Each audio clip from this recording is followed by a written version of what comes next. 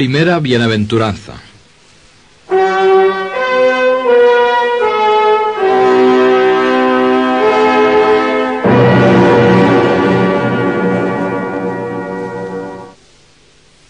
Lo primero que tenemos que hacer al considerar un texto tan central en el cristianismo como son las bienaventuranzas es tomar conciencia de que el Señor está con nosotros. Y toda la explicación va a ser una tentativa de esclarecer lo que Él quiso decirnos. No se trata, pues, de exhibir erudición, ni de hacer una explicación complicada, sino de desentrañar lo que el Señor quiso enseñarnos con estas bienaventuranzas que nos transmite el Evangelio de Mateo. Las bienaventuranzas están en el capítulo 5 de Mateo, y son, como sabemos, el principio del Sermón de la Montaña. En este momento del Evangelio de Mateo, que redacta la vida de Jesús de esta manera, cada evangelista la relata desde su punto de vista teológico, ya Jesús ha pronunciado el pregón general en Galilea sobre la proximidad del reino de Dios o del reinado de Dios. Y después de eso ha llamado a dos parejas de hermanos, Simón y Andrés, primero, y después a Santiago y Juan.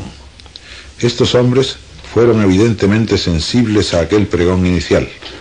Eran hombres inquietos, porque en cuanto Jesús los llama, responden, lo cual quiere decir que el pregón de Jesús sobre la proximidad del reinado de Dios había suscitado en ellos una enorme esperanza, porque el reino de Dios era la gran expectación de Israel. Estos hombres abandonan todo, se van con Jesús y lo siguen. Después de esto, Jesús cura enfermos, expulsa demonios, cura paralíticos y empieza el contexto del Sermón de la Montaña. Comienza en el último versículo del capítulo 4, en el verso 25, donde dice que grandes multitudes seguían a Jesús desde toda Siria, Jerusalén, Judea, Idumea, Tiro y Sidón. Toda esa multitud sigue a Jesús, pero no como lo han seguido los otros, porque los otros, para seguirlo, han abandonado todo. El de la multitud, es un seguimiento no comprometido. Hay una simpatía por Jesús, pero esa multitud no se puede decir que sean de discípulos de Jesús. Al ver la multitud proveniente de todo el antiguo territorio de Israel, tal como idealmente se describe en tiempo del rey David, Jesús subió al monte. ¿Qué significa el monte? Si le pone el artículo, lo normal sería que Mateo dijera al monte tal, con su nombre. Y si no pone el artículo, sería mejor decir a un monte. Sin embargo, dice que subió a un monte determinado, sin decir el nombre. Con esto Mateo toma una tradición cultural del tiempo. En todas las culturas de aquella época, judías y paganas, el monte era el lugar de la presencia y manifestación de la divinidad. Los griegos tenían el monte Olimpo, los sirios tenían otros por el norte. Los judíos habían tenido el monte Sinaí y en la época de Jesús el monte Sión, donde estaba el templo, lugar de la presencia divina. Cuando Mateo dice el monte, con artículo, quiere señalar que Jesús sube a la esfera divina. Como Moisés subió al monte Sinaí, donde se verificaba la presencia de Dios. Jesús sube, pues, al lugar de Dios. Este paralelo indica que lo que va a suceder aquí es la proclamación del texto de la nueva alianza. Jesús va a sustituir el texto de Moisés por uno nuevo. Al ver la multitud, Jesús se distancia de ella. La multitud queda al pie del monte, pero no sube. No está preparada, no ha dado el paso necesario para integrarse en la nueva alianza. Los discípulos, en cambio, se acercaron a él, están con él en el monte. Los que han hecho el compromiso de dejarlo todo y seguirlo, esos entran con Jesús en la esfera divina. No sucede como en el Sinaí, donde solo Moisés pudo subir, y bajo pena de muerte nadie podía acercarse. Aquí los discípulos entran con Jesús en el lugar de Dios. Desde este lugar no va a ser Dios quien hable, como en el Sinaí, sino Jesús. Él sube al monte como el hombre Moisés, pero habla desde el monte como Dios. Es el hombre Dios. No hay un mediador. Jesús es todo al mismo tiempo, hombre y Dios. Los discípulos están admitidos en esa esfera. Jesús tomó la palabra y empezó a enseñarles. Es una enseñanza, no una información. Información significa comunicar un conocimiento que no incide necesariamente sobre la vida del que lo escucha. Una enseñanza es un conocimiento que debe ser traducido en la vida del que lo escucha. Todo lo que sigue debe dar forma a la vida de los seguidores. Jesús empieza: dichosos los que eligen ser pobres, porque esos tienen a Dios por Rey. La traducción es la de la Nueva Biblia Española. Ordinariamente se traduce: dichosos los pobres de espíritu, porque de ellos es el reino de los cielos. El problema radica en el sentido de espíritu. ¿Qué significa el espíritu en Mateo? Es una palabra que pertenece a la antropología, a la concepción del hombre que tiene el evangelista. Para nosotros, que estamos influidos por la filosofía griega, especialmente por la de Platón, el espíritu es una parte del hombre. Lo identificaríamos con el alma, más o menos. Esta no es la antropología semítica. Según ella, el hombre presenta varios aspectos. No se distinguen partes, no hay un cuerpo y un alma unidos. El hombre es una unidad con varios aspectos. Así, el cuerpo es el hombre mismo, la persona en cuanto identificable y sujeto de acción y de comunicación. Hablan también de la psique, que significa el hombre en cuanto es un yo inteligente y libre. Lo mismo de la carne, el hombre en cuanto transitorio y mortal. Los tres aspectos son aspectos del hombre. Pero si el hombre tiene una acción exterior, una actividad externa, tiene además un mundo interior, lo que diríamos la interioridad del hombre. Para ellos, esta interioridad puede considerarse desde dos puntos de vista. Uno estático, la inteligencia, la voluntad y el sentimiento.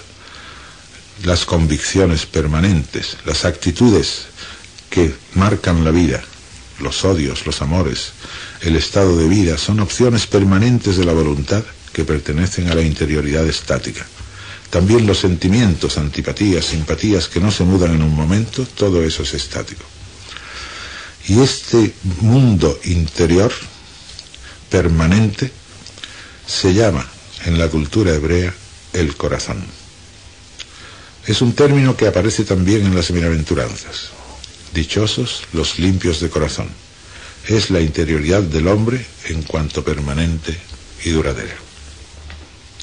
En cambio, de la interioridad del hombre salen también actos, y también pueden ser actos de inteligencia, de voluntad o de sentimiento. El acto de inteligencia es, por ejemplo, la intuición, el darse cuenta de algo. El de la voluntad será una decisión, una opción que cambia la vida. Y el de sentimiento puede ser la pena o lástima sentida por alguna persona, algo momentáneo. Todo eso es dinámico. Es la interioridad activa y en el lenguaje de Mateo se llama el espíritu. Cuando aparece en la primera bienaventuranza, dichosos los pobres por el espíritu, significa por un acto de la interioridad. No puede significar los pobres de espíritu. Esta expresión ha sido interpretada de forma irónica como los medio tontos. Y de hecho decir que se tiene pobreza de espíritu significa que falta inteligencia. Pero aparte de esa interpretación irónica, lo que se suele entender de ordinario como pobres de espíritu son los que, aunque tengan dinero, interiormente están despegados del dinero. Pero eso no puede ser, porque espíritu no es nunca una disposición permanente, sino un acto de voluntad. Excluida esta interpretación, no queda más que otra. El espíritu significa un acto que procede del interior del hombre y que constituye pobre a la persona. ¿Qué acto puede ser? No de inteligencia, porque ésta conoce lo que ya existe, no inventa, no cambia la vida. Un acto de sentimiento es momentáneo, tampoco cambia la vida. Lo que cambia la vida es un acto de voluntad. Por lo tanto, la traducción debe ser: Dichosos los pobres por decisión o por opción. El acto de voluntad que produce el cambio. Son los que se han hecho pobres por propia decisión. También se puede traducir de forma verbal, más elegante. Dichosos los que deciden ser pobres, los que optan por ser pobres, los que eligen ser pobres. Así que Jesús empieza a formular los nuevos mandamientos. Jesús los llama así, solo para oponerlos a los de Moisés. Aquellos terminaron, pertenecen al Antiguo Testamento. Ahora hay otra cosa. Y al contrario de los de Moisés, donde aparecía la figura de un Dios impositivo, no matarás, no robarás, futuros imperativos, aquí no hay ni un solo imperativo. Es una nueva visión de Dios la que Jesús revela. No hay ninguna orden, solo una suave invitación. Dichosos los que eligen ser pobres. La palabra pobre, que significa indigencia y dependencia, tiene unas connotaciones negativas muy fuertes. ¿Cómo es que Jesús puede llamarlos dichosos? ¿Cómo al elegir ser pobre uno puede considerarse dichoso? Lo explica el segundo miembro de la bienaventuranza. Porque ellos tienen a Dios por Rey. La traducción ordinaria era, porque de ellos es el reino de los cielos. El reino de los cielos es el reino de Dios, no tiene más secreto. Se dice que Mateo evita nombrar a Dios por reverencia. No es verdad, porque 3 veces en su Evangelio, 2 en el capítulo 19 y 1 en el 22, aparece la frase el reino de Dios, con todas sus letras. Lo que pasa es que cuando habla a solo judíos, les habla del reino de Dios, aludiendo a aquella esperanza que tenían. Y en cambio, cuando el auditorio es más universal, entonces habla del reino de los cielos. Quizá porque los cielos, el cielo, cubre a la humanidad entera, y la expresión tiene así un sentido de universalidad. Como esta connotación no es sentida por nosotros, entonces da igual, y es mucho más claro traducir el reinado de Dios. Porque no se trata en realidad del reino, sino del reinado. Eso es lo que significa la palabra aramea y griega. Reinado, es decir, una actividad de Dios. Reino es el lugar donde Dios reina. España es un reino, en su territorio y sus habitantes. Lo que Mateo indica es la actividad de Dios, y ese es el reinado. Ahora estamos bajo el reinado de Juan Carlos I. Si fuera un rey no constitucional, a la antigua, significaría que está gobernando. Ese es el reinado. Como Dios ejerce su gobierno sobre ellos, por eso los pobres voluntarios pueden llamarse felices, dichosos. La traducción sería, porque sobre ellos se ejerce el reinado de Dios. Pero en un texto tan lapidario como las bienaventuranzas hay que procurar que la traducción sea ágil y no pesada. Por eso hemos elegido el sentido activo, porque esos tienen a Dios por Rey. Es Dios quien se está ocupando de ellos.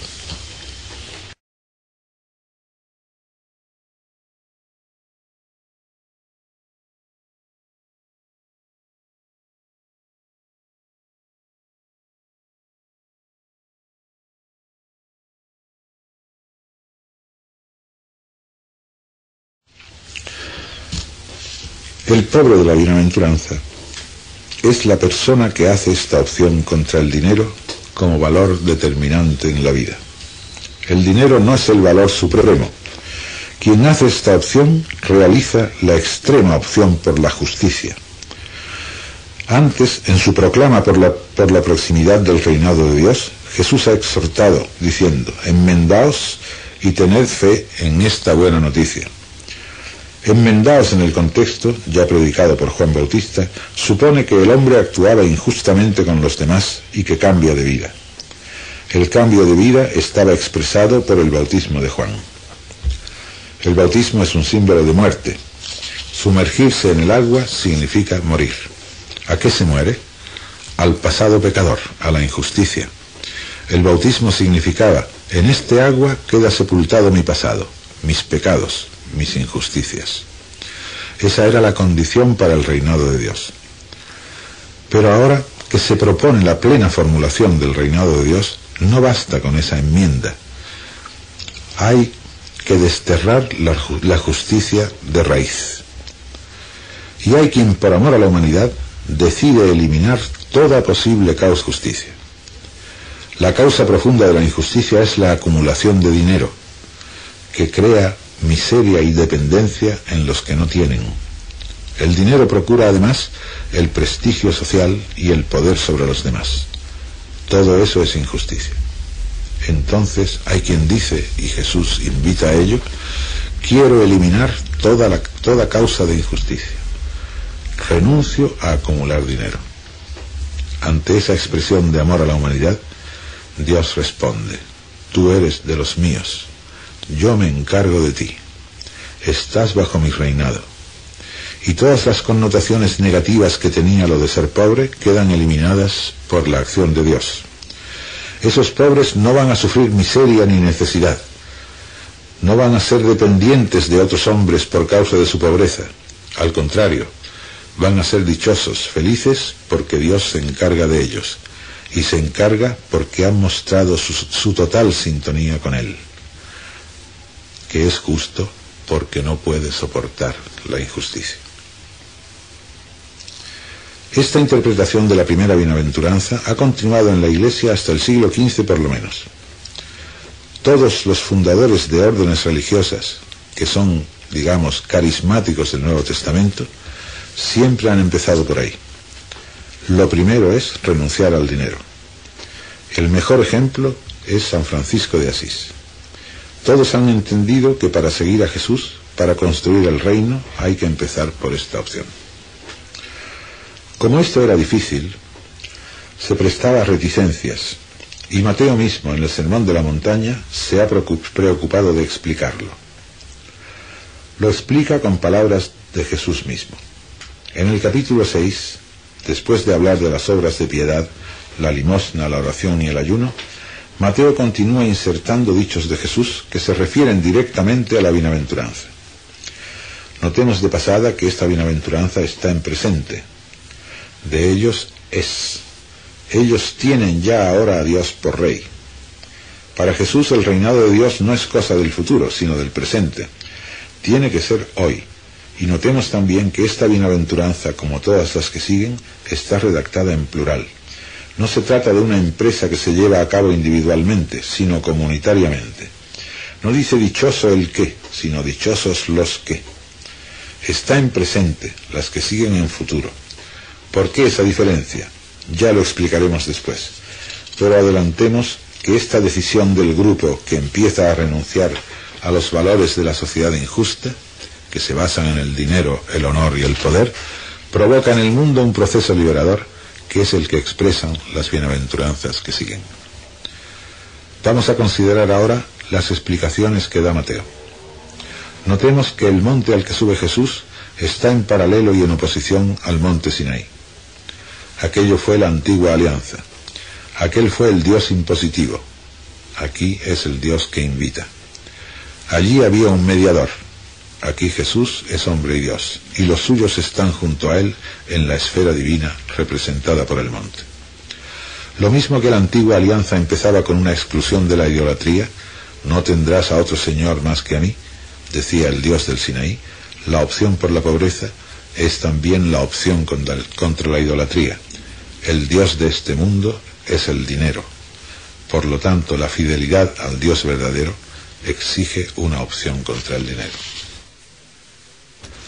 La primera perícopa en que Mateo explica la primera bienaventuranza está en el capítulo 6, versos 19 a 21. Dejaos de amontonar riquezas en la tierra, o no acumuléis tesoros en la tierra. Pide una renuncia a acumular capital.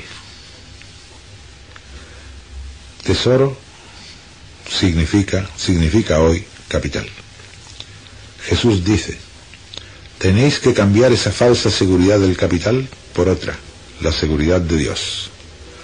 Dejaos de amontonar riquezas en la tierra donde la polilla y la carcoma las echan a perder, donde los ladrones abren boquetes y roban.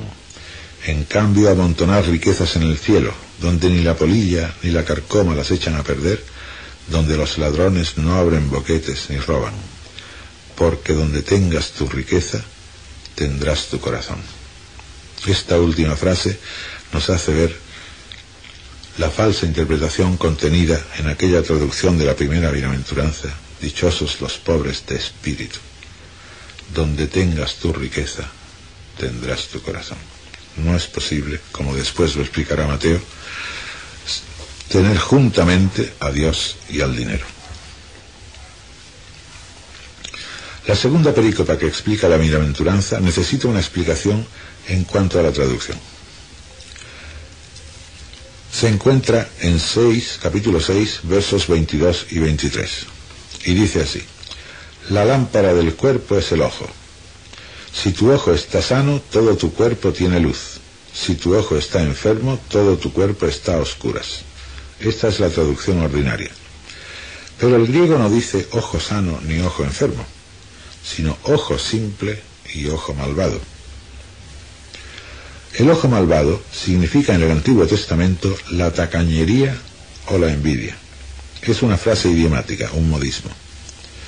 Por otra parte, en San Pablo, en la carta a los Romanos, capítulo 12, 8, y en la segunda a los Corintios, capítulo 9, 11, por ejemplo, se utiliza la palabra simplicidad en el sentido de generosidad. Así que si ojo malvado significa tacañería, ojo simple significa generosidad. Por tanto, toda la perícopa tiene que ser interpretada en función de esto. El cuerpo es la persona, en cuanto es activa y comunicativa. Así, la lámpara de tu persona es tu ojo, que en sentido positivo significa la generosidad. ¿Se podría encontrar una expresión española que incluya al mismo tiempo luz y generosidad? Lámpara. Sí, la esplendidez. Espléndido en español significa al mismo tiempo luminoso y generoso. Por eso traducimos: la esplendidez da valor a la persona. Si eres desprendido, toda tu persona vale. En cambio, si eres tacaño, toda tu persona es miserable. Y si por valor tienes solo miseria, qué miseria tan grande. Con esto vemos que este segundo trozo se refiere también al dinero. Lo primero era no acumularlo. Lo segundo, que dentro de la modestia con que uno viva, no puede ser tacaño, no puede estar agarrado a ese dinero, tiene que ser espléndido, porque la persona vale en la medida de su generosidad. Como siempre estamos en contextos comunitarios, porque las bienaventuranzas se enuncian en plural, quiere decir que en este grupo de gente voluntariamente modesta tiene que haber esa generosidad, esa comunicación, que cada uno esté dispuesto a ayudar en lo que haga falta. El tercer trozo donde explica la bienaventuranza está en Mateo 6, versículo 24, y se refiere precisamente a la idolatría. Como dijimos antes, la primera bienaventuranza sustituye al primer mandamiento del Antiguo Testamento: no tendrás otro Dios más que a mí. El ídolo ahora es el dinero. Nadie puede estar al servicio de dos señores, porque aborrecerá a uno y querrá al otro, o bien se apegará a uno y despreciará al otro. No podéis servir a Dios y al dinero. Es la opción contra la idolatría. Es inútil decir sí a las dos cosas, porque de hecho uno no puede estar sinceramente al servicio de los dos. Estará apegado a uno y despreciar al otro, y como ha dicho antes, donde está tu tesoro, está tu corazón. El último trozo, donde Mateo explica la bienaventuranza, está en el capítulo 6, versos 25 a 34. Por eso os digo, no andéis agobiados por la vida pensando qué vais a comer o a beber, ni por el cuerpo pensando cómo os vais a vestir. ¿No vale más la vida que el alimento y el cuerpo más que el vestido? Fijaos en los pájaros, ni siembran, ni siegan, ni almacenan, y sin embargo vuestro Padre Celestial los alimenta.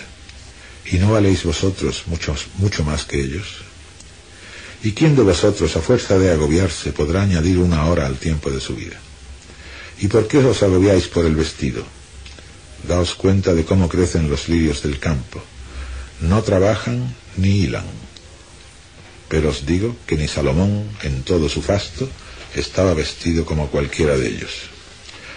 Pues si la hierba que hoy está en el campo y mañana se quema en el horno, ¿la viste Dios así?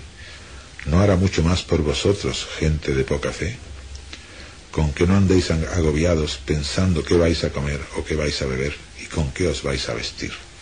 Son los paganos quienes ponen su afán en estas cosas. Ya sabe vuestro Padre del cielo que tenéis necesidad de todo eso. Buscad primero que reine su justicia y todo eso se os dará por añadidura. Este largo texto explica la segunda parte de la bienaventuranza. Dichosos, porque esos tienen a Dios por Rey. Decíamos, elegir ser pobres, elegir la miseria, la dependencia, no, todo eso está eliminado, porque allí está el Padre. El que en la bienaventuranza se llamaba Rey, aquí se llama Padre.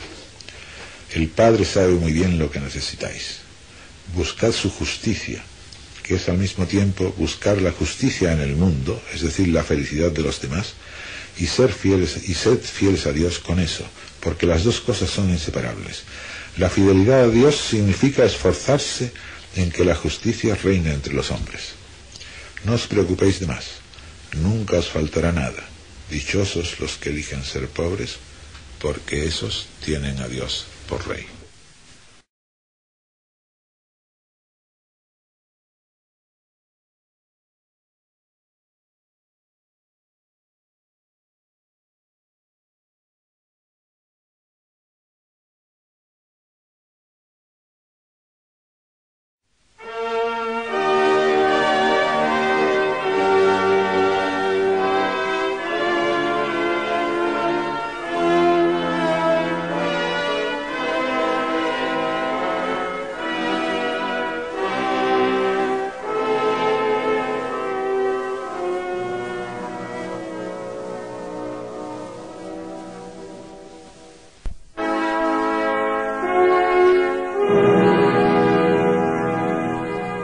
Bienaventuranzas, segunda a sexta.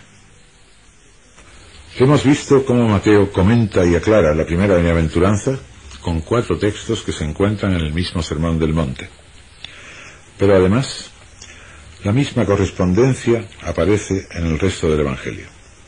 Acordémonos de aquellas 2 parábolas tan bonitas, cuando dice Jesús, capítulo 13, verso 44, se parece el reinado de Dios a un tesoro escondido en el campo.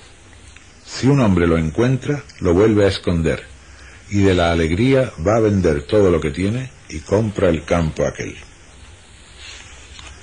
El tesoro es el amor en la nueva comunidad y la experiencia del amor del Padre. Es tal ese valor que todo lo demás palidece. La renuncia al dinero no se hace con dificultad, por voluntarismo, a contrapelo, sino por descubrir un valor tan extraordinario. De la alegría va a vender todo lo que tiene y compra el campo. También está la otra parábola de la perla, en el mismo capítulo 13, versos 45-46. Se parece también el reinado de Dios a un comerciante que buscaba perlas finas. Al encontrar una perla de gran valor, fue a vender todo lo que tenía y la compró. Es el descubrimiento de un nuevo modo de vivir, una ruptura con todo lo que significa ambición, la que crea la injusticia, y se encuentra con el reinado de Dios, con la nueva fraternidad, el reino del amor, y esto es de tal categoría que todo lo demás pierde importancia. Lo mismo expresa Mateo cuando el rico se acerca a Jesús, en el capítulo 19, verso 16. La figura de este hombre está idealizada. Es muy rico y muy bueno. Está angustiado y no sabe si va a obtener o no la vida definitiva. Se acerca a Jesús. Maestro, ¿qué tengo que hacer de bueno para alcanzar la vida eterna? Jesús le dice, ya lo sabes. Jesús no ha venido para hablar de la vida eterna. Él ha venido para cambiar este mundo, para que el hombre ya desde aquí pueda tener esa vida. Por eso le contesta, ya sabes los mandamientos. ¿Cuáles? Al mencionarlos, Jesús omite los 3 mandamientos que se refieren a Dios. De manera que lo que salva al hombre es la ética, no la religión. ¿Por qué me preguntas por lo bueno? El bueno es uno solo. Si quieres entrar en la vida, guarda los mandamientos. Ya lo enseñó Moisés. No hace falta preguntármelo a mí. ¿Cuáles? No matarás, no cometerás adulterio, no robarás, no darás falso testimonio, honra a tu padre y a tu madre y ama a tu prójimo como a ti mismo. De Dios nada. Es un código ético. Además, empieza por el 5.º. El 4.º lo pone al final. El amor a la familia es un caso particular del amor a la humanidad. No hay que escudarse nunca en el amor a la familia para dejar de amar a los demás. Muchas veces es un pretexto. Decimos que la caridad bien entendida empieza por uno mismo. Jesús la pone al final. Lo importante es no hacer daño a nadie. Honrar al padre y a la madre significa sustentarlos. Para ellos lo deshonroso sería estar en la miseria. Por lo tanto, el mandamiento quiere impedir que los propios padres vivan en la miseria. Se trata de sustentarlos si lo necesitan. Estos mandamientos quieren decir que hay que ser una persona honrada. Y esto se encuentra en todas las culturas. Es un código de moralidad universal. China, mesopotámica, egipcia, griega, romana, islámica. Todo hombre, Jesús afirma, todo hombre que se porte honradamente con los demás tiene vida eterna. El rico le contestó: todo esto lo he cumplido, ¿qué me falta? No he sido injusto con nadie personalmente. Como hemos dicho, es un tipo idealizado. Pero es muy rico, y su gran riqueza causa una injusticia social. Y Jesús viene a fundar una sociedad justa, el reinado de Dios. Una nueva sociedad fundada sobre el amor en vez de sobre la injusticia. Los 3 falsos valores son el tener, el brillar, el mandar, es decir, el dinero, el prestigio y el poder.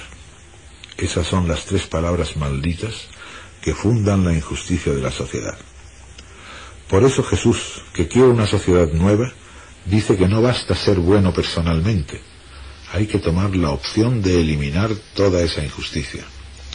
Y así le dice: si quieres ser un hombre logrado, un hombre hecho, debes vender lo que tienes, despréndete de toda esa riqueza. Es la primera bienaventuranza. Hazte pobre y tendrás a Dios por rey. Notemos que Mateo no llama a este hombre joven desde el principio. Dice: se le acercó uno y le preguntó. Pero después dice: y el jovencito. Jesús a este jovencito le propone: si quieres hacerte un hombre, vende todo eso, que Dios será tu riqueza, y luego vente conmigo. El jovencito se fue entristecido porque tenía muchas riquezas. ¿Por qué lo llama Mateo jovencito en este momento? Ni Lucas ni Marcos lo llaman joven. Es un hombre hecho y derecho. La propuesta que Jesús le hace se suele traducir: si quieres ser perfecto, pero en griego perfecto significa lo que llega a su término. Como es un jovencito, llegar a su término significa llegar a ser un hombre hecho. ¿Por qué llama jovencito a este individuo? Porque vivir en el régimen de ley, estar viviendo de mandamientos externos, infantiliza al hombre, le impide su iniciativa. Y la iniciativa y la libertad son las que hacen madurar a la persona. Por eso Jesús le dice: si quieres hacerte un hombre, déjalo todo, no te basta esa ley. Tenemos de nuevo la primera bienaventuranza. Así pues, la puerta de entrada en el reino de Dios es la opción contra el dinero. Esto no es una ley, es una invitación. Y ahora tenemos que pensar nosotros, no solos, sino en grupos, comunidades, con la inspiración del Espíritu, cómo podemos llevar a la práctica esto en nuestros días. Nunca podremos negar que esta es la condición. Pero España no es lo mismo que Biafra o Etiopía. Es decir, dentro del ambiente en que vivimos, ¿cómo podemos llevar a la práctica esta bienaventuranza? El Evangelio no es una ley, no es letra muerta, está vivificado por el Espíritu. Según la sinceridad que vayamos teniendo, que crece con el amor que vayamos sintiendo hacia la humanidad entera, con el deseo de eliminar la injusticia, y ayudados por ese espíritu nuevo que el Señor nos da, iremos comprendiendo cómo debemos traducir esta bienaventuranza y crear esos grupos donde el dinero no sea un valor, donde nadie pretenda acumularlo. La misión es empezar una sociedad nueva, no infantilizada, todos libres, todos iguales, pudiendo ser nosotros mismos y renunciando a toda idolatría. Eso cuesta, pero por ahí empieza la liberación de la humanidad. La primera bienaventuranza tiene como trasfondo el texto de Isaías 61. El Espíritu del Señor está sobre mí, porque me ha ungido para anunciar la buena noticia a los pobres, para liberar a los cautivos, para proclamar el año de gracia del Señor.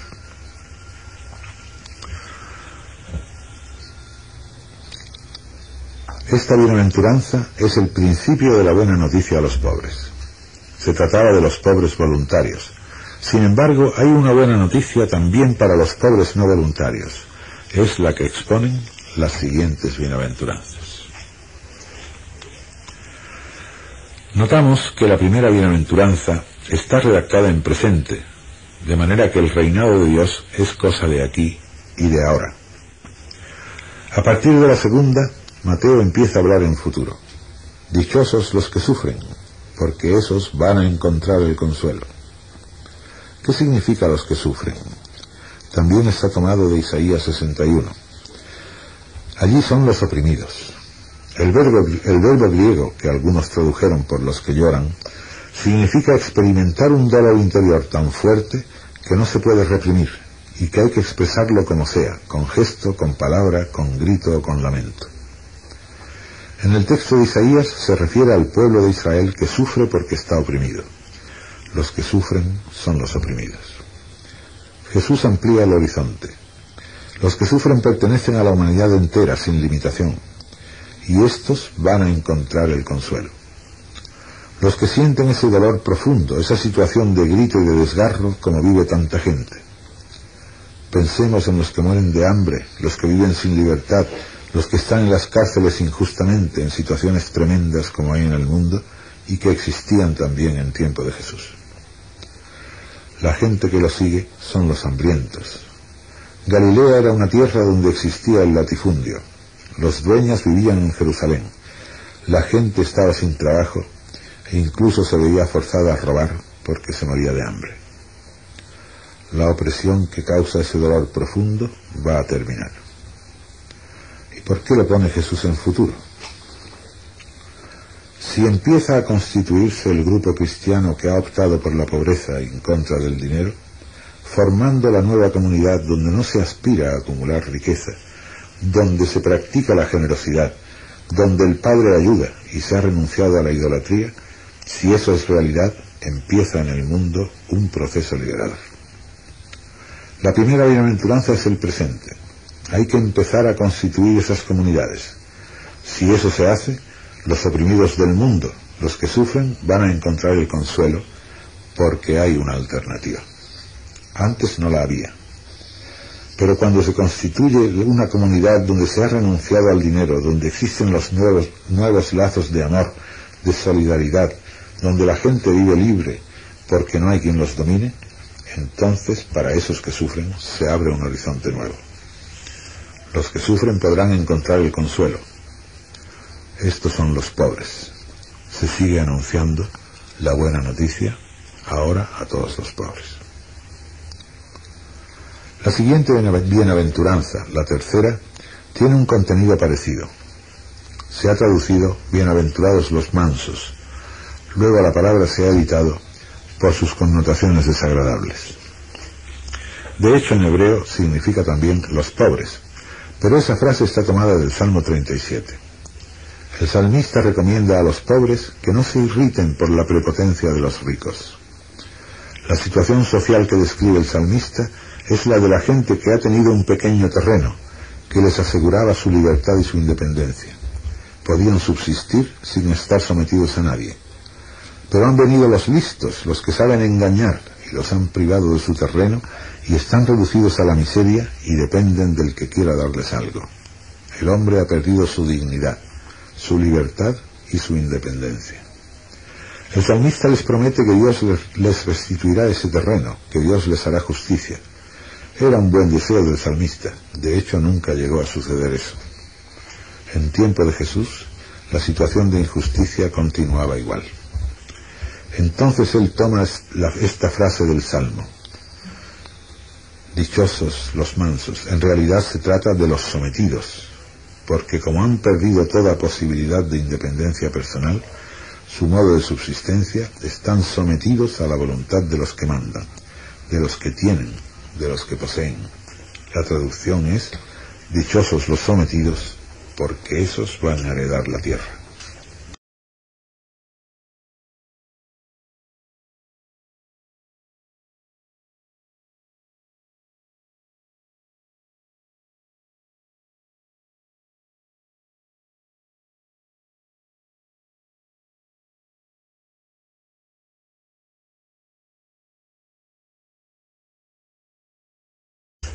Ya no se trata de que cada familia vaya a tener su pedacito de tierra, como dice el salmista, sino que todos juntos van a poseer toda la tierra. Es una imagen de la plena independencia y libertad en la solidaridad. La plena autonomía, subsistir sin depender de nadie. Eso es lo que promete Jesús. Continuamos en el proceso liberador. Si se forman las comunidades que constituyen el reino de Dios, comienza en la humanidad un proceso de liberación. El sufrimiento causado por la opresión va a terminar. La falta de libertad, de dignidad, de independencia, de autonomía, ese robo de la tierra, va a terminar. Los hombres podrán ser libres e independientes. Pero todo depende de la primera condición. Si no se da el primer paso, si los que conocemos a Jesús no damos ese paso de formar esas comunidades o grupos, no sucederá. El proceso liberador no empieza, porque el Señor actúa a través de nosotros. No negamos que pueda hacer milagros, pero el modo ordinario de actuar es a través de los hombres. El milagro es una palabra con muchos sentidos. Digamos que la acción extraordinaria del Señor acompaña a nuestra acción, no es algo aparte. Cuando nosotros nos entregamos a formar esa sociedad nueva y a ayudar a los demás, el Señor apoya, ayuda. Y cuando nuestras fuerzas no dan para más, con toda tranquilidad podemos decirle: Señor, échanos una mano, porque ya no damos para más. Y el Señor apoya. Pero es como acompañamiento, no como sustitución. Por eso la obra de liberación para crear la sociedad nueva de hermanos con un solo Padre, la sociedad de los iguales, de los libres, de los que aman, la sociedad de la solidaridad, de la generosidad, de la alegría de espíritu, requiere nuestra colaboración. Nosotros decimos: el Señor es el Salvador del mundo. ¿Pero en qué sentido? Porque el mundo no está salvado. El Señor es el que hace posible la salvación del mundo, pero si nosotros no arrimamos el hombro, esa salvación no se produce. Porque Él vino para formar esa sociedad nueva y todavía no la vemos. La sociedad sigue siendo profundamente injusta y los valores siguen siendo los mismos de antes: el dinero, el honor y el poder, como en tiempo de los griegos y de los romanos y de los asirios, y como en tiempo de los judíos. Que el Señor es el Salvador del mundo quiere decir que da la posibilidad de salvación, la empieza y nosotros la continuamos, y si no la continuamos, se detiene. Para eso nos da su mismo espíritu, para que continuemos su obra.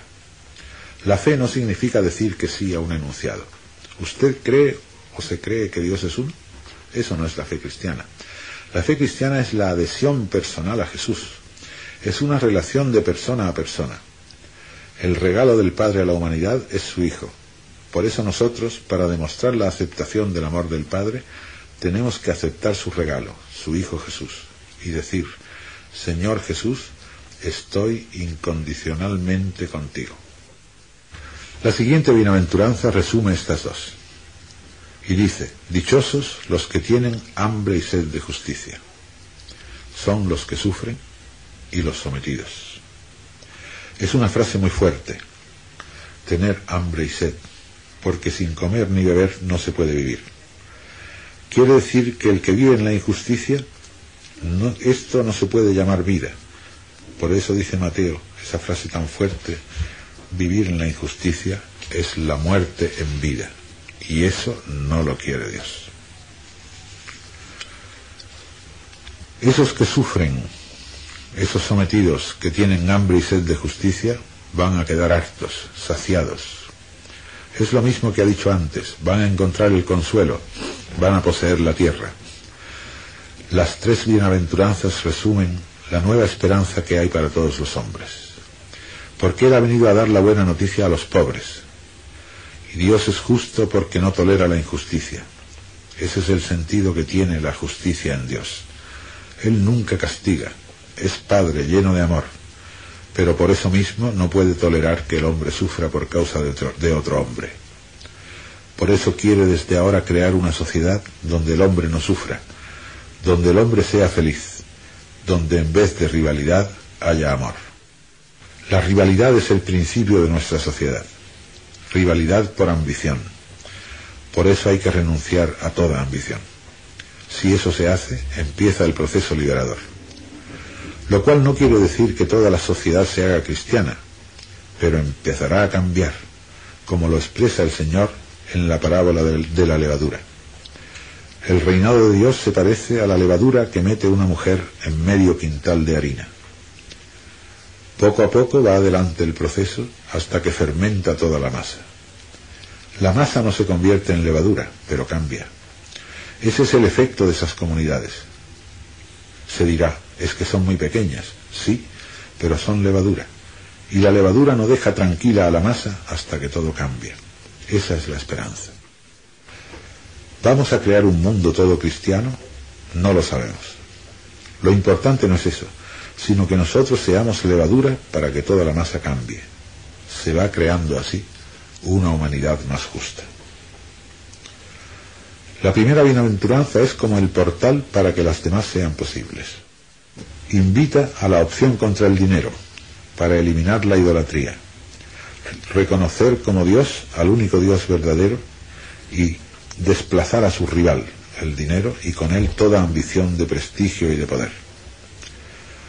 Después de esta primera, 3 bienaventuranzas han descrito el proceso liberador que comienza en la humanidad cuando se constituyen estos grupos. Ahora Mateo pone otras 3, que indican la conducta propia de la comunidad cristiana para ser eficaz en la obra de liberación. En las 3 que hemos expuesto, el primer término describe una situación negativa: los que sufren, los sometidos, los que tienen hambre y sed de justicia. Ahora empieza otro grupo de 3, en el cual los primeros miembros son positivos. Dichosos los que prestan ayuda. Quinta bienaventuranza. Esto se solía traducir como los misericordiosos, porque ellos encontrarán misericordia. Se pensaba que era esa gente compasiva que hay en todas partes. Es mucho más. Todos hemos aprendido de pequeños las obras de misericordia. No se trata solamente de un sentimiento, de una persona tierna de corazón, sino de un sentimiento que se traduce en acción. Por eso, las obras de misericordia eran dar de comer al hambriento, vestir al desnudo, consolar al triste. Se trata de prestar ayuda, y así hay que traducirlo. Primera indicación para la conducta del grupo cristiano: dichosos los que prestan ayuda, porque esos recibirán ayuda. La segunda parte es teológica: es Dios el que da la ayuda. De modo que el grupo cristiano, para empezar a promover ese proceso liberador, lo primero que tiene que hacer es prestar ayuda donde haga falta, donde vea que hace falta. Siempre dentro de las posibilidades, porque nos da mucha pena, por ejemplo, la persecución de los negros en África del Sur, pero no podemos irnos allí a remediarlo, quizá indirectamente. Así que cuando hago estas afirmaciones rotundas, siempre supongo dentro de las posibilidades de cada uno. Una persona de edad no puede lo mismo que un joven. Sexta bienaventuranza, segunda tarea de la comunidad. Dichosos los limpios de corazón, porque esos verán a Dios. Hemos pasado de una actividad exterior a una disposición interior. Ya vimos la diferencia entre espíritu y corazón. Espíritu significa los actos que proceden del interior, actos de inteligencia, de voluntad, de sentimiento. En el contexto de la bienaventuranza, en particular, el acto de voluntad, que es el que nos constituye pobres. Ahora tenemos el corazón, la disposición permanente, interior, en este caso de limpieza. Se solía traducir los puros de corazón, pero como siempre la pureza se asocia con el sexto mandamiento, con la cuestión sexual, se presta a un equívoco. Aquí no se trata de eso, sino de una transparencia y sinceridad total, de no ir con segundas intenciones. La actividad de prestar ayuda por la que la comunidad tiene la experiencia de la ayuda del Padre, hay que hacerla con un espíritu de absoluta transparencia, no teniendo por debajo otros intereses. ¿Qué experiencia van a tener estos, los que son transparentes y sinceros, los que no buscan su propio interés? Estos van a ver a Dios. Y ver significa experimentar. Esos van a tener en su vida una continua experiencia de Dios. Por eso son dichosos. A esa actitud ante los hombres corresponde la misma actitud de Dios con ellos. Se les manifiesta con evidencia. Tendrán una experiencia interior clarísima. Notemos que esta bienaventuranza es polémica, porque en el Antiguo Testamento se determinaba en qué consistía ser puro o impuro. Puros los que observaban ciertas reglas, impuros los que tocaban ciertas cosas, o comían o trataban con cierta gente. Aquí nada de eso. La pureza, la limpieza está en el corazón. No hay que buscarla en observancias, leyes, ritos. Pero no solo eso. En los Salmos, como el 42, se habla de ir a ver el rostro de Dios, del deseo de ir al templo para contemplar su rostro. No hacen falta templos, eso se ha terminado también. Dios está dentro. Y es limpio quien no tiene mala intención contra nadie. Mateo mismo define lo que es el corazón sucio en el capítulo 15. Del corazón salen las malas ideas, los homicidios, los adulterios, los engaños, las cóleras, la mala disposición hacia el prójimo, la mala idea. El Evangelio siempre tiene como piedra de toque nuestra actitud hacia los demás. Los judíos habían separado a Dios del hombre, y todo se traducía en honrar a Dios, observando todas las leyes. Los rabinos habían descubierto 625 mandamientos, 365 positivos y el resto negativos. Hay que hacer esto y no se puede hacer lo otro. Moisés había puesto 10, y ellos habían deducido de la Escritura hasta 625. Y claro, para no ofender a Dios había que cumplirlos todos. Había que pasarse todo el santo día pensando qué toco, qué hago, qué no hago. No había tiempo para otra cosa. Se olvidaba naturalmente el amor al prójimo, porque cuando se concentra todo en un Dios así de exigente, ya no queda tiempo para los demás. Por eso habían olvidado al hombre. Todo era Dios exige, Dios pide, Dios manda, hay que obedecerle. Si no, se comete pecado. Esto pasa en toda religión. Si estamos preocupados por nuestra salvación, si me salvo, si no me salvo, si Dios me quiere, si soy bueno, si soy regular, es un problema de tal calibre que ya todo lo demás queda en segundo término. Y el prójimo, que se busque la vida como pueda. Por eso Jesús dice, no os preocupéis, estáis salvados. El Padre os ama sin condiciones. Podéis dedicaros a los demás. En realidad no hay más que dos opciones. La del amor, la opción por la vida, y la del no amor, que es la opción por la muerte. No hay más. ¿Yo para quién voy a vivir? ¿Para mí? ¿Para mi provecho? ¿Para mi prestigio? ¿Para mi ambición? Yo soy el centro del mundo.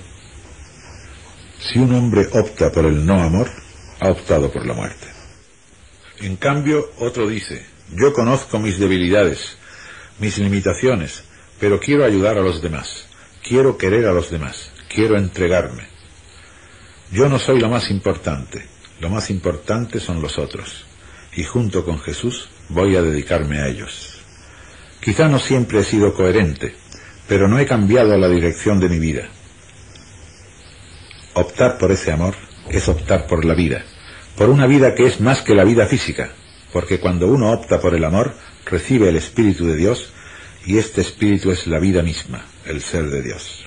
Posee uno una calidad de vida que es capaz de superar la muerte, porque la vida divina no conoce la muerte. Es estar en la dirección de la vida. El que tiene este espíritu está salvado. Por eso quien tiene el corazón limpio, que no busca intereses bastardos ni segundas intenciones, tiene una experiencia creciente de la presencia de Dios en su vida. Ellos van a ver a Dios.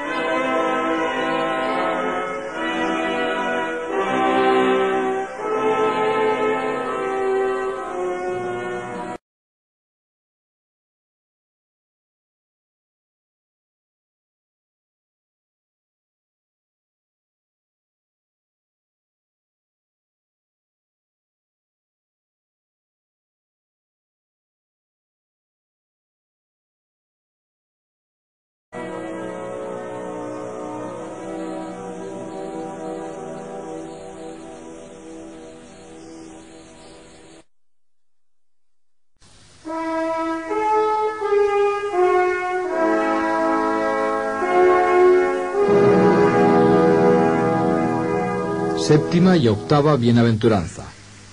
La sal y la luz.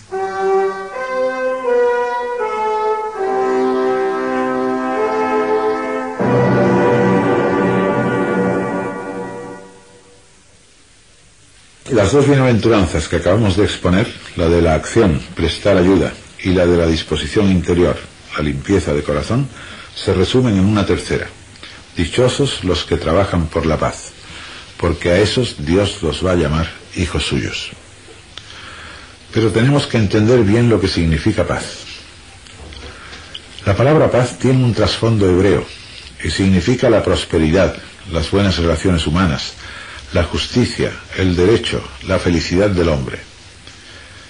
Es una palabra que resume la felicidad humana, no solo la individual, sino también la felicidad social. Ser feliz supone que nadie oprime, que nadie coarta, que hay alegría, que la relación es sincera, abierta, buena, amorosa. Una relación de igualdad, libertad y amor. Así que, en realidad, Jesús propone la bienaventuranza de este modo. Dichosos los que trabajan por la felicidad del hombre. ¡Qué programa! Y no hay felicidad sin libertad. Y esto creo que es experiencia común. Todos llevamos dentro un infinito deseo de libertad, pero la sociedad humana, civil y religiosa, procuran coartarla. Y hablo de la sociedad religiosa porque el cristianismo de suyo no es una religión, es algo más. Este creo que es un punto importante. Las sociedades pretenden coartar nuestra libertad, pero nosotros llevamos dentro un deseo indomable. Sin libertad no hay felicidad. Y una gran parte de la infelicidad deriva de no haber hecho lo que habríamos querido. La libertad cristiana es total, pero no caótica. Fijémonos que el Señor suprime toda ley. Estas bienaventuranzas, que son solo una invitación, vienen a sustituir a todos los mandamientos del Antiguo Testamento. Juan no tiene bienaventuranzas, pero formula el nuevo mandamiento. Y al decir nuevo, invalida todos los anteriores. Y el nuevo mandamiento es uno solo. Igual que yo os he amado, amaos también vosotros unos a otros. No hay más. Entonces el Señor, al liberarnos de toda ley, de la coacción moral desde fuera, hace que tengamos que obrar por el espíritu interior, por la convicción interior que da el Espíritu. Pero esa libertad se encauza en el amor. Si quisiéramos explicar esto en otros términos, diríamos que es la libertad unida a la responsabilidad.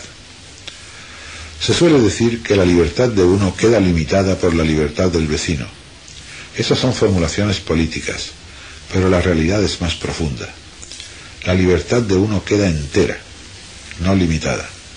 pero encauzada por nuestro sentido de responsabilidad. En términos cristianos, todavía lo entendemos mejor, porque esa libertad se encauza en el amor. Es la libertad total para amar sin fin. No hay norma, no hay ley, no hay limitación. Esa libertad está dada y existe para amar, para entregarse. Eso es ser responsable, no caótico. Algunos dicen, si los mandamientos de Moisés se han terminado, entonces ancha es Castilla. No, Castilla es tan ancha como antes o más estrecha, porque evidentemente uno que ama jamás va a matar, no va a robar, ni va a quitar la fama a nadie, ni a destrozar una familia. Esto está clarísimo. Pero no lo hace porque lo dijera Moisés, lo hace porque le sale de dentro, que es mucho más. Esta moral, esta ética, esta conducta es mucho más exigente. Y así el hombre puede ser el mismo. Como ya lleva el espíritu dentro, el espíritu es parte de su ser, y lo que hace es expresar en su libertad todo el amor que lleva, y el amor nunca hace daño a nadie. La tarea del amor es despertar amor, y como el amor es vida, despierta vida. El que ama comunica vida, la vida misma que lleva, que es su amor. Dios es amor y Dios es vida. Cuando nos comunica su espíritu, nos comunica amor y vida, fuerza de amor. Cuando nosotros amamos de una manera visible y también por dentro, estamos comunicando vida. Lo mismo que ante el torrente infinito del amor de Dios, alguien puede decir no quiero, también pueden decirlo ante nuestro amor. Esto no quita nuestra disposición, que es la misma que Dios. Comunicar vida, felicidad, libertad, amor. Por eso, dichosos los que trabajan por la felicidad de los hombres. Porque a esos Dios los va a llamar hijos suyos, porque están haciendo lo mismo que Él hace. El hijo no es solo el que nace de un padre, sino el que se parece a Él, el que actúa y se comporta como su padre. Por eso estos hombres, o sea, la comunidad cristiana, al estar procurando y trabajando por la felicidad de los hombres, que éstos salgan del dolor y de la opresión y de toda situación negativa en que se encuentren, para estar alegres y libres, llenos de amor y de solidaridad, de libertad y de comunicación, están haciendo lo mismo que Dios hace, y así son hijos suyos. Esa es la más profunda experiencia, la de hijo de Dios. Se han descrito 3 experiencias. Los que prestan ayuda sentirán la ayuda de Dios. Los que son limpios de corazón verán a Dios. Los que trabajan por la paz, por la felicidad del hombre, esos serán hijos de Dios y serán llamados y reconocidos así. Es la comunicación del Espíritu que tiene la comunidad cristiana. La primera bienaventuranza era como el portal. Las 3 siguientes se referían al proceso de liberación. Las otras 3 a la conducta de la comunidad cristiana con la cual se hace posible ese proceso. Y queda la última, que es el colofón. Está en paralelo con la primera porque como ella está en presente. Las bienaventuranzas de Mateo son una construcción perfecta. Dice la octava: dichosos los que viven perseguidos por su fidelidad, porque esos tienen a Dios por rey. Dice los que viven perseguidos. Es decir, la persecución no es un accidente ocasional, es una situación normal para estas comunidades. La sociedad no las acepta, no las quiere, y es lógico. Si están negando, no con palabras, sino con su manera de vivir, porque de palabras estamos hartos, los fundamentos en que se apoya la sociedad, el dinero, el honor y el poder, la sociedad se irrita. Y como están mostrando una alternativa donde el hombre vive mucho más feliz que en esa sociedad opresora, eso a la sociedad le sienta como un tiro. Cuando hay un grupo que demuestra que se puede vivir en un ambiente de alegría y de realización infinitamente mayor, la sociedad no lo resiste, porque ella promete todo eso, lo promete a través del consumo, del mayor nivel de vida, del triunfo, y ya sabemos a dónde eso lleva. Al estrés, a la ruina y a mil cosas, peleas, incluso dentro de la familia. Lo sabemos por experiencia. Las promesas son completamente falsas. Y además, con una renuncia práctica a la libertad. El hecho de que a la sociedad no le guste una forma alternativa de vivir no debe ser causa de tristeza ni de depresión. Dice Jesús, dichosos los que viven perseguidos por su fidelidad. ¿Qué fidelidad es esa? Es la fidelidad a la opción expresada en la primera bienaventuranza, a esa pobreza que niega los falsos valores de la sociedad. Esa fidelidad es la que causa la persecución por parte de la sociedad. ¿Y por qué son dichosos? Porque esos tienen a Dios por Rey, porque están experimentando continuamente su ayuda, el amor de Dios, aunque las circunstancias sean difíciles, policía, cárceles, incluso pena de muerte. En medio de todo eso, estaréis sintiendo el amor de vuestro Padre. También en esas circunstancias seréis dichosos. Así acaban las bienaventuranzas. Son 8. ¿Por qué? 7 es el número de la creación terminada. Es un número simbólico. Dios creó el mundo en 6 días y descansó el séptimo. Este es el universo visible. El número 8 sobrepasa el universo visible. Estamos en el mundo futuro. El que las bienaventuranzas de Jesús sean 8 en Mateo significa que sobrepasan este mundo, que ese mundo futuro se hace presente, y hay que experimentarlo. Es demasiado grande para dejarlo en un libro. La primera y la última bienaventuranza se expresan de otro modo en otro pasaje del Evangelio. Ya hemos visto que estas dos están en presente y las demás en futuro. La primera y la última formulan la opción de la comunidad y la fidelidad a esa opción que causa una persecución por parte de la sociedad. En el capítulo 16 de Mateo, versículo 24, se enuncian las condiciones que pone Jesús para seguirlo. El que quiera venirse conmigo, que reniegue de sí mismo, que cargue con su cruz y entonces me siga. O sea que hay dos condiciones: renegar de uno mismo y cargar con la cruz. ¿Qué significa renegar de uno mismo? Renegar, aplicado a la patria o a la religión, que son los dos casos en que se aplica más el verbo, significa desolidarizarse de los intereses que antes uno consideraba propios. Renegar es romper unos vínculos con una situación anterior, de manera que esa situación que antes había sido considerada como algo propio y cordial, pasa a ser totalmente indiferente. Renegar de uno mismo es la primera condición para seguir a Jesús, y significa, trasladando este concepto, que todo lo que antes era mi interés deja de serlo. Esto se refiere naturalmente a las ambiciones. Todas las ambiciones que yo alimentaba, que constituían el ideal de mi vida y de mi éxito, ya no me interesan en absoluto. Y lo mismo dice la primera bienaventuranza: elegir ser pobre es renunciar a toda ambición, no solamente a la del dinero, sino también a la del prestigio y a la del poder. Sin dinero ni hay prestigio ni hay poder en esta sociedad. La primera condición para seguir a Jesús equivale a hacer la opción expresada en la primera bienaventuranza.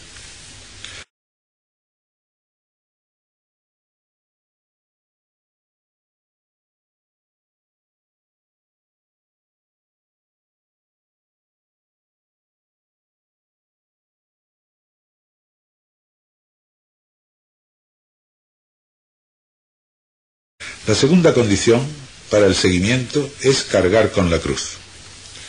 A menudo esta condición se interpretaba como dejar el postre o cosas de esas, porque había que sacrificarse. Esas son minucias que de alguna manera no solo minimizan, sino que envilecen lo que el Señor dice.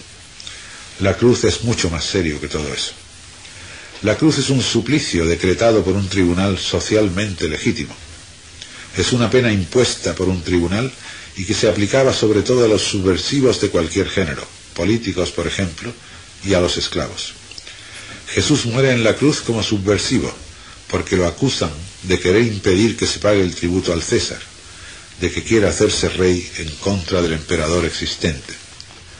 La acusación era falsa. Jesús no pretende hacer eso.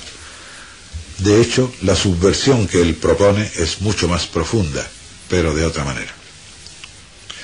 La cruz, hemos dicho, es un suplicio infligido por un tribunal contra alguien que la sociedad considera subversivo. Entonces el discípulo, para empezar, además de renunciar a sus ambiciones personales, tiene que tragarse que la sociedad lo va a mirar mal. Esto significa cargar con la cruz. Aceptar ya desde el principio que la sociedad no va a tenerlo en buen concepto, que va a ser considerado como un subversivo, un delincuente o un indeseable. Eso puede llegar a ser suplicio final o no llegar a serlo, pero esa es la disposición del discípulo. Incluso hasta una hipotética pena de muerte. Nosotros los cristianos no buscamos la muerte ni el dolor, como Jesús no buscó el dolor ni la muerte. Pero si para expresar nuestro amor, que es lo que dice Jesús, para salvar a la humanidad, hay que aceptar el dolor, se acepta sin duda alguna. Porque es inevitable. La sociedad no puede tolerar a estos cristianos y los perseguirá de muchas maneras, empezando por hacerles perder la fama. Les pondrá una etiqueta, que son indeseables. Cada época tiene las suyas. Antiguamente eran herejes como acusación más infamante. Ahora ya no se usa lo de herejes, pero hay otras. No hay que asustarse. Esta segunda condición corresponde a la última bienaventuranza. Dichosos los que viven perseguidos por su fidelidad. Hay que convencerse de que la situación dentro de la sociedad va a ser incómoda. De manera que las dos bienaventuranzas fundamentales nos hablan de esa liberación futura y de la conducta de la comunidad para conseguirlo. Las dos en presente, elegir ser pobre y vivir perseguido, y resumen las dos condiciones para seguir a Jesús. Todo el Evangelio de Mateo está tejido de las bienaventuranzas expresadas de un modo u otro, y también el Padre Nuestro, como veremos, tiene su relación con ellas. Tras esta invitación a la humanidad entera, Jesús se dirige a los discípulos y les habla en segunda persona.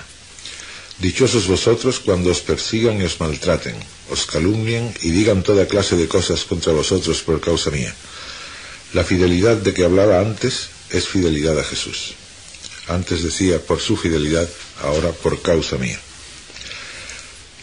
Alegraos y saltad de gozo en ese día, porque lo mismo persiguieron a los profetas que os han precedido. Así que cuando hay persecución, es una magnífica señal. Quiere decir que están haciendo pupa a la sociedad. En cambio, cuando los cristianos vamos del brazo con los potentes de la tierra, mala cosa, porque esos potentes no deberían querernos demasiado. No podemos ser santos de su devoción. Y si os persiguen a vosotros, lo mismo hicieron con todos los profetas que os han precedido. Luego Jesús dice que los miembros de su comunidad son profetas. Pero son profetas con el modo de vivir. Y al mostrar una nueva posibilidad de vida, un modo alternativo donde el hombre está alegre y realizado y libre y se llena de amor, estamos anunciando.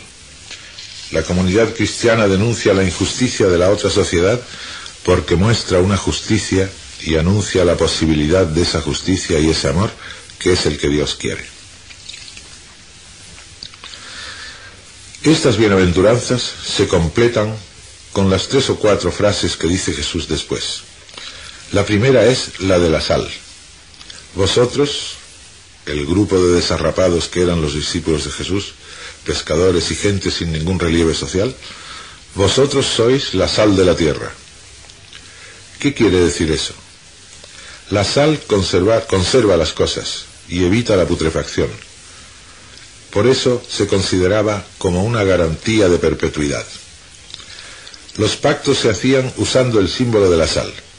Incluso en el medioevo, cuando 2 reyes o señores hacían un pacto, se regalaban uno a otro un saco de sal, como símbolo de la permanencia del pacto. En el Antiguo Testamento, en cada sacrificio del templo se echaba un puñado de sal para mostrar la continuidad de la alianza. Esto aparece en Levítico 2:13, en Números 18:19. Dios hizo con David, con la casa de David, un pacto de sal, como aparece en 2 Crónicas 13:5. La sal es garantía de permanencia porque impide la corrupción.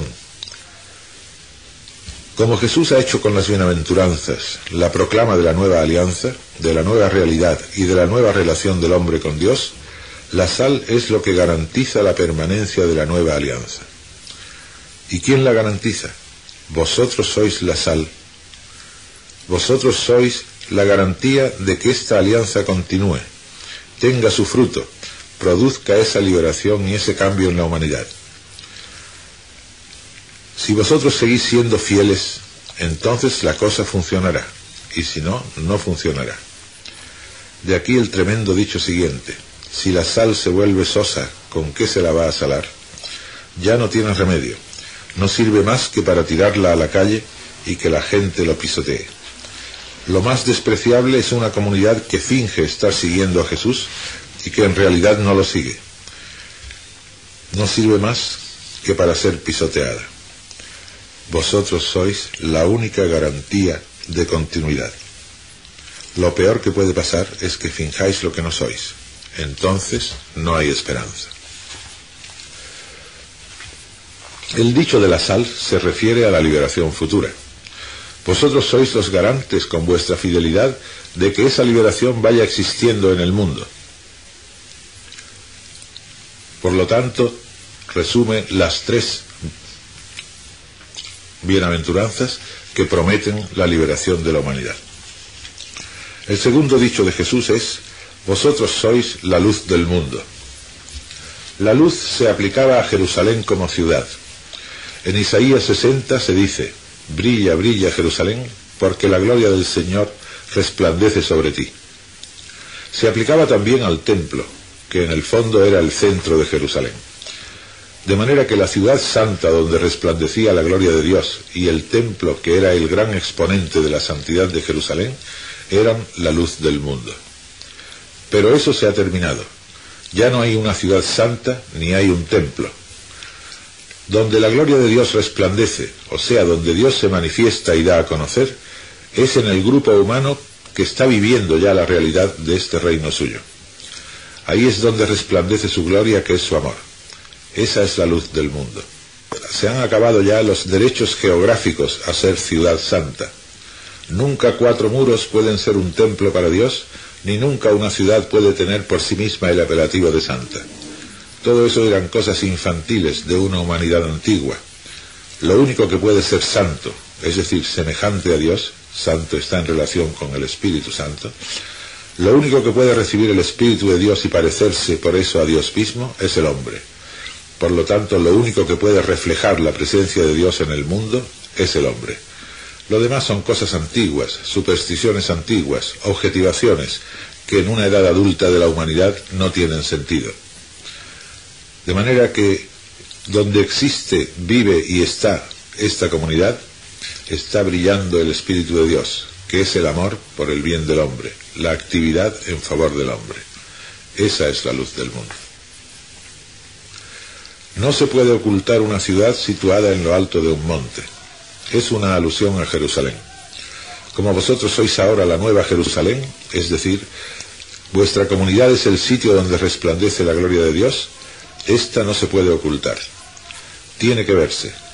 La comunidad cristiana tiene un modo de comportarse que se hace visible poco a poco, en pequeña escala, porque somos poquita cosa, pero tiene que notarse alrededor. Ni se enciende un candil para meterlo debajo del peral, sino para ponerlo en el candelero y que brille para todos los de la casa. La comunidad cristiana no puede ser un círculo cerrado, que no tenga ninguna repercusión al exterior. Tiene que notarse de alguna manera su presencia, porque nadie trae un candil para meterlo debajo de la cama, lo pone para que alumbre. Él ha venido a encender ese candil, que somos nosotros, y ese candil tiene que alumbrar. Esto no siempre es fácil, aunque tampoco tenemos que hacernos demasiado problema. Lo que sí tenemos que recoger de esto es que la comunidad no puede ser un círculo cerrado e inactivo. Tiene que pensar que el mensaje tiene que transmitirse por algún lado. tiene que trascender fuera del círculo de la comunidad. El espíritu que está en la comunidad, que es Dios mismo, esa vida nueva que existe en la comunidad, ese impulso tiene que tener un destinatario fuera de ella. Esa es la luz, para que se vea, para que la noten. Naturalmente, si somos poca cosa, poco se notará el espíritu, pero algo tiene que notarse, porque se trata de que esta comunidad está interesada en el bien de la humanidad, que no vive para sí misma y por lo tanto, de alguna manera, su actividad tiene que verse. Alumbre también vuestra luz a los hombres. El compromiso de la comunidad tiene que ser hacia los demás. Los hombres son los que no son miembros de la comunidad. Que vean el bien que hacéis y glorifiquen a vuestro Padre del cielo. Glorifiquen supone que tienen que conocer que Dios es Padre.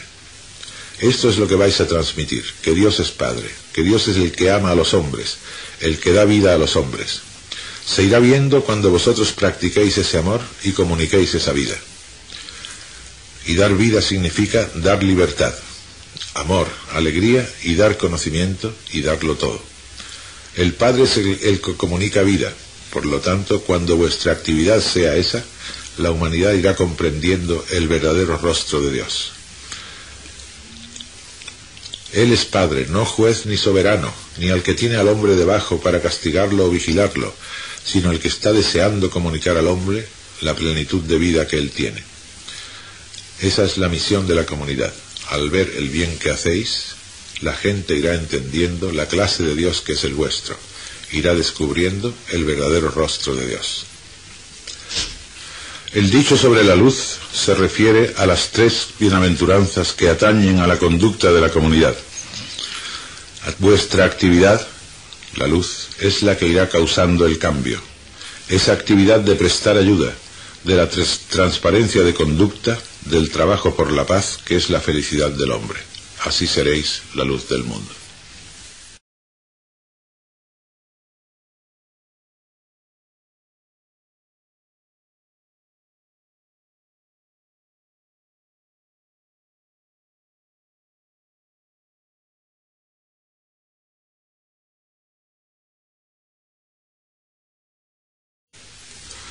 Pero ante estos dichos de Jesús, alguien podría decir: entonces, aquella promesa magnífica del reino de Dios, de la gloria de Israel, contenida en el Antiguo Testamento, todo eso, ¿qué sentido tiene ahora? Si hay que ser pobre y perseguido, pues vaya un porvenir. Queda frustrado ese antiguo ideal. Por eso Jesús continúa: no penséis que he venido a echar abajo la ley y los profetas. No he venido a echar abajo, sino a dar cumplimiento. Porque os aseguro que antes que desaparezca el cielo y la tierra, ni una letra ni una coma desaparecerá de la ley, antes que todo se realice. Tengo interés en explicar esto, porque ordinariamente la gente dice: Jesús no ha venido a abolir la ley. Yo he dicho antes que con Jesús ha terminado la ley de Moisés, pero parece que Jesús dice ahora que no viene a abolirla, sino a cumplirla. En realidad, esto es no saber leer el texto. En primer lugar, Jesús no habla de la ley, sino de la ley y los profetas. La expresión ley y profetas designa todo el Antiguo Testamento, toda la antigua alianza. Ellos no decían antigua alianza, eso es un decir nuestro a partir de San Pablo. No llamaban Antiguo Testamento al suyo, los judíos, porque era el único que había.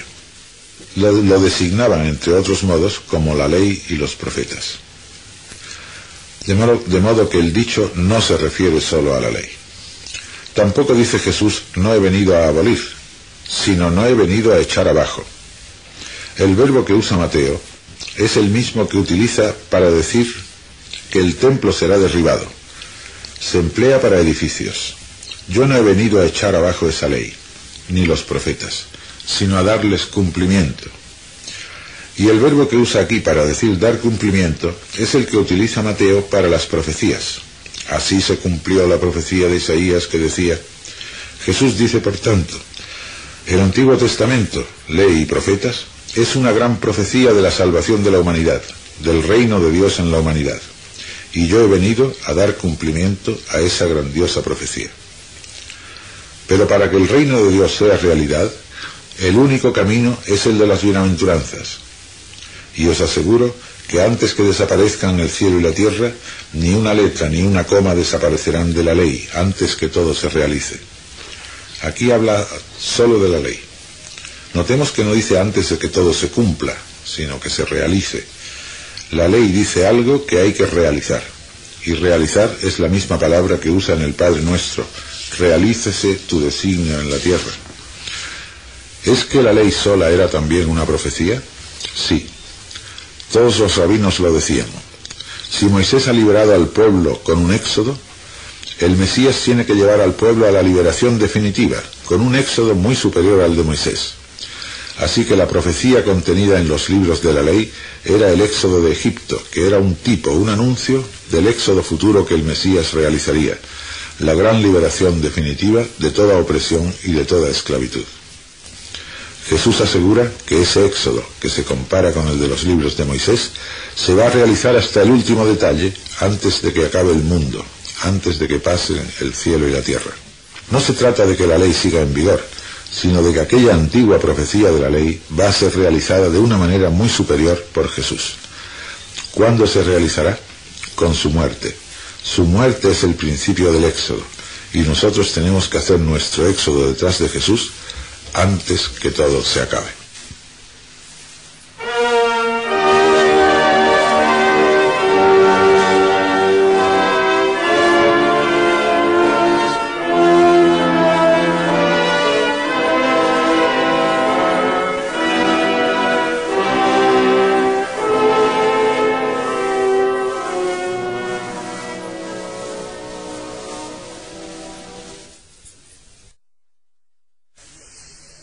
Habría que explicar ahora por qué Jesús quita de en medio la ley. Y la ley entera. No porque todo lo que diga la ley es malo, aunque hay cosas que sí, por ejemplo, aquello de la venganza, la ley del talión, etc. Otras cosas son tontas, como todos los tabúes antiquísimos, las impurezas legales de los actos fisiológicos, etc., que son cosas muy antiguas, de cuando se vivía con el sentido de la mancha, cosas que hoy no sirven para nada. Hay otras cosas buenas, como amarás al Señor tu Dios, amarás a tu prójimo. Entonces, ¿qué hace Jesús? ¿Va a quedarse con lo bueno y quitar lo malo o lo indiferente? ¿Va a decir de la ley vale esto y no vale lo otro? No, de la ley no vale nada. ¿Por qué? Porque la ley es un código impuesto al hombre desde fuera. Y en el Nuevo Testamento, en el reinado de Dios, no hay código externo alguno. El hombre no puede estar obedeciendo órdenes de fuera, porque eso es infantil. Es la época de los niños, pues el niño necesita que alguien le diga lo que tiene que hacer. El adulto no. En el reinado de Dios se obra por impulso interior, por el espíritu. Por eso uno hará muchas cosas de las que estaban en la ley. Por ejemplo, uno no va a matar, pero no lo hará porque lo diga la ley, sino porque su amor interior lo llevará a dar vida y no a quitarla. Uno amará a Dios, pero no porque lo diga la ley, sino por la comunidad de espíritu que lleva dentro. De manera que la diferencia está entre niños y adultos. Toda ley externa que nos diga, tienes que hacer esto, te mando que hagas esto, es de niños. Como Jesús viene a empezar la edad adulta de la humanidad, todo lo que sea código externo de conducta se ha terminado. Es ahora el principio interno del hombre, el espíritu nuevo, el que lo lleva. Eso es un ser adulto. Por eso la ley en cuanto código está completamente abolida. No en cuanto profecía, aquella del Éxodo, que esa se realiza con la muerte de Jesús. Y nosotros vamos detrás. El Éxodo se abrió con la muerte de Jesús cuando Él da su espíritu. Y nosotros vamos saliendo de la sociedad injusta que es la tierra de esclavitud para entrar en la tierra prometida, que es esta comunidad que vamos creando, que queremos crear, donde la relación humana es relación de amor, no de rivalidad, no de hostilidad de unos con otros, no de dominio, no de prestigio, sino de igualdad, de entrega, de solidaridad. Es decir, que no hay que tener miedo de que ese reinado de Dios prometido en el Antiguo Testamento se vaya a quedar en nada, se va a quedar en todo. Toda esa enorme profecía se va a cumplir. Claro que de otro modo, pues el Antiguo Testamento lo que esperaba era la gloria política de Israel, y eso se ha terminado. no es la gloria política de un pueblo, porque el nacionalismo de Israel se ha acabado. El exclusivismo del pueblo escogido se ha terminado. Es la humanidad entera y se va a hacer no por el dominio de un pueblo sobre otro, sino creando una sociedad donde todos sean hermanos, porque hay un solo Padre. Y continúa Jesús. Por lo tanto, el que se exima de uno solo de esos mandamientos mínimos, los mandamientos mínimos son las bienaventuranzas, y los llama mandamientos no porque estén formulados en forma de tales, sino para oponerlos a los mandamientos de la antigua ley. Es lo que hace Juan cuando dice: este es el mandamiento mío, que os améis unos a otros como yo os he amado. Esto no es un mandamiento, es un ideal, pero tanto Mateo como Juan lo llama mandamiento para decir: esto es lo que sustituye a todos aquellos mandamientos antiguos. Llamarlos mínimos corresponde a lo que dice Jesús después en el mismo Evangelio: mi yugo es llevadero y mi carga ligera.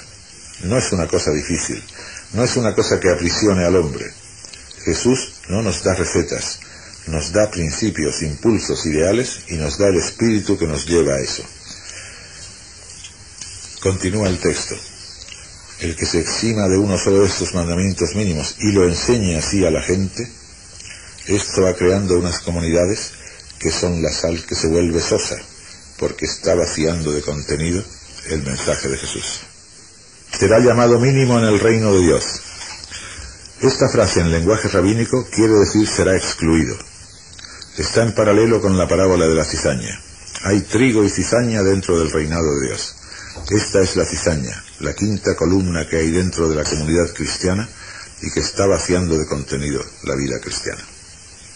En cambio, el que los cumpla y enseñe, primero practicar y después enseñar, ese será llamado grande en el reino de Dios. Porque os digo que si vuestra fidelidad no sobrepasa con mucho la de los letrados y fariseos, no entráis en el reino de Dios. Los letrados y fariseos se vanagloriaban de una fidelidad a la ley en los detalles más mínimos, pues la vuestra tiene que ir mucho más allá, pero no en el plan legalista, sino en el plan de la entrega que supone la opción. No en el plan de los fariseos, que se pasaban el día mirando con lupa los 635 mandamientos que habían sacado de la ley. No en cantidad, sino en calidad.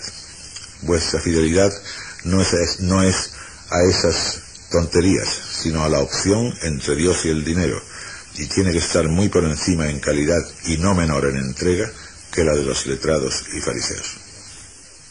Por si queda alguna duda respecto a la abolición de la ley como código, podemos ver el comentario que hace Pablo sobre esto en Gálatas 3:23. Antes de que llegara la fe, es decir, la adhesión a Jesús, estábamos custodiados por la ley, encerrados, esperando que la fe se revelase.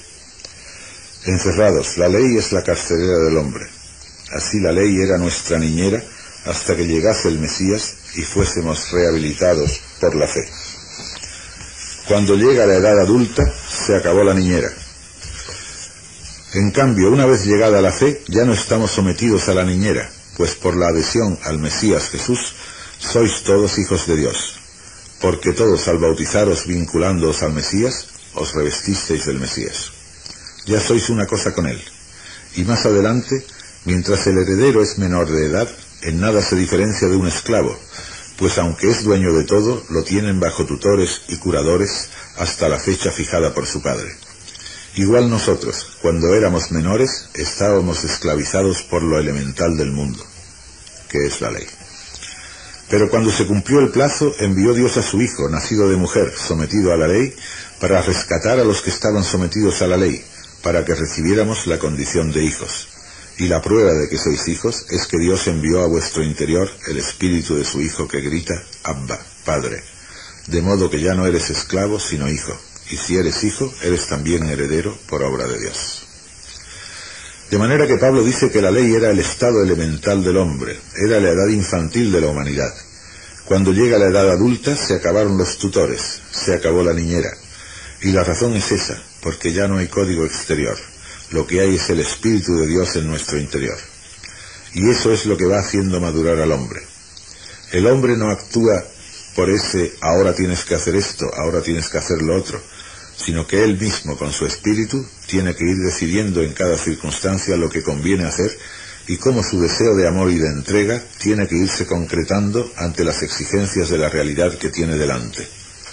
El hombre se desarrolla con el uso de su libertad, y por tanto es precisamente el gran instrumento de desarrollo el que el hombre con ese espíritu vaya decidiendo libremente en cada momento lo que tiene que hacer para dar vida a los demás.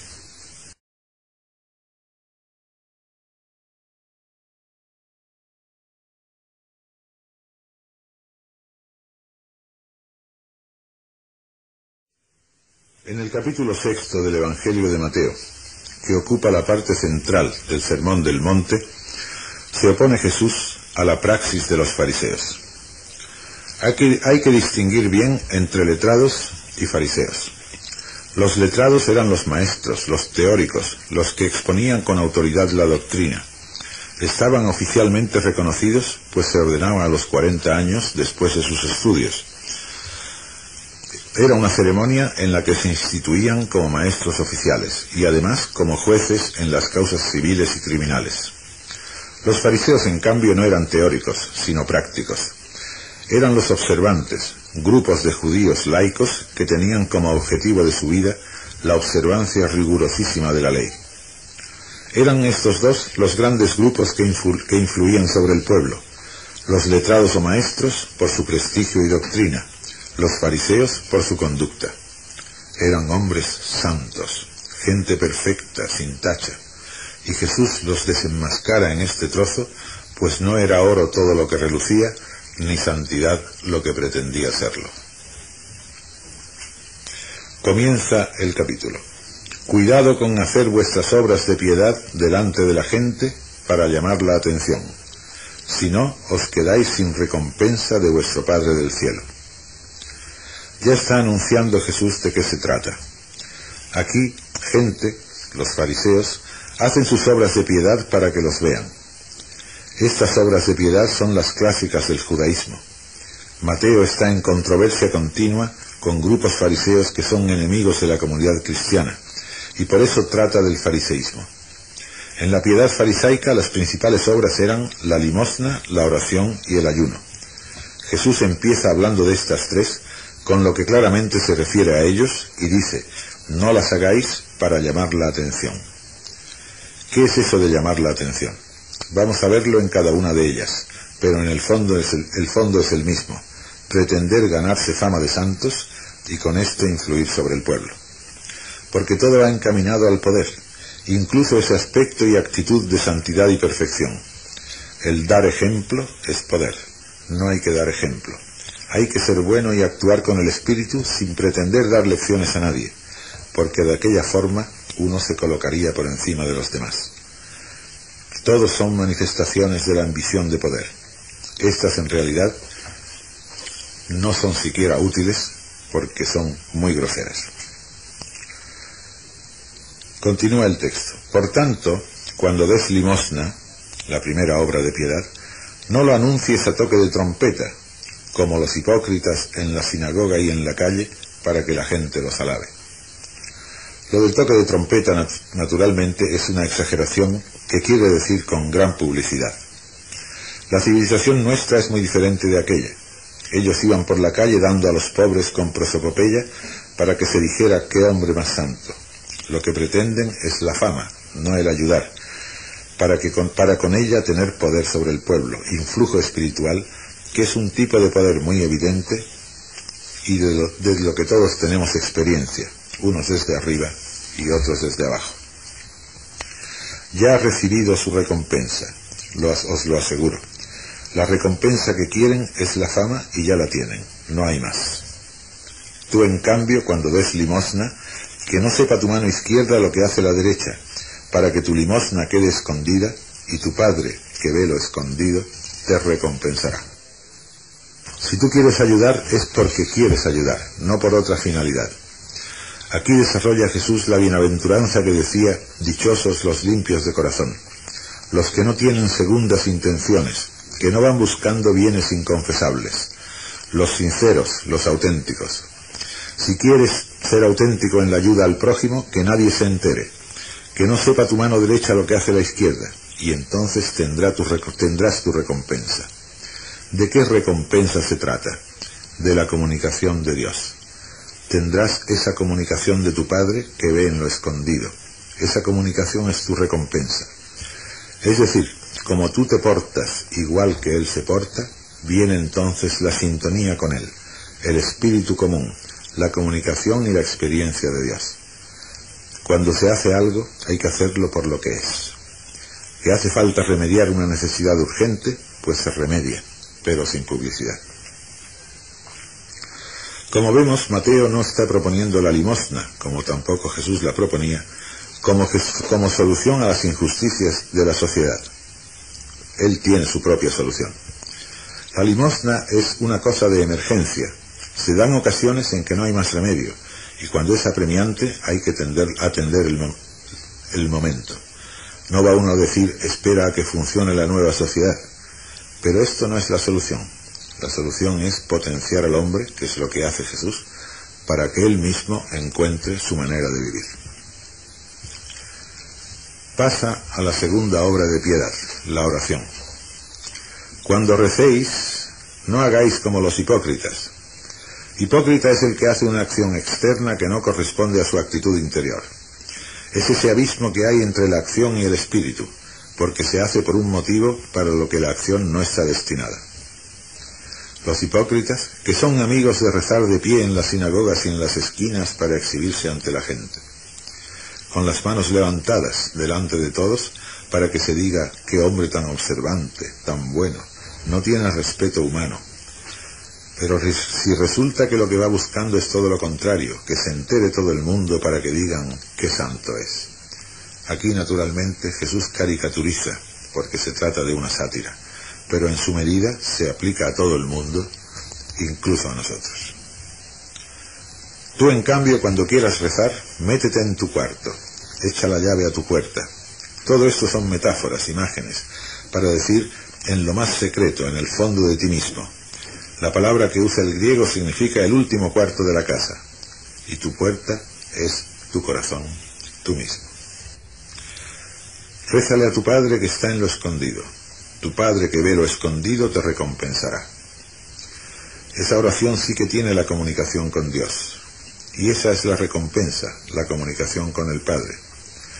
Como vemos aquí dice, tu Padre que está en lo escondido. Ya no dice que está en el cielo. El cielo no significa un lugar espacial. Es una metáfora. En toda la humanidad lo excelente ha estado arriba y lo de poca calidad abajo. Por eso el cielo es el colmo de la excelencia.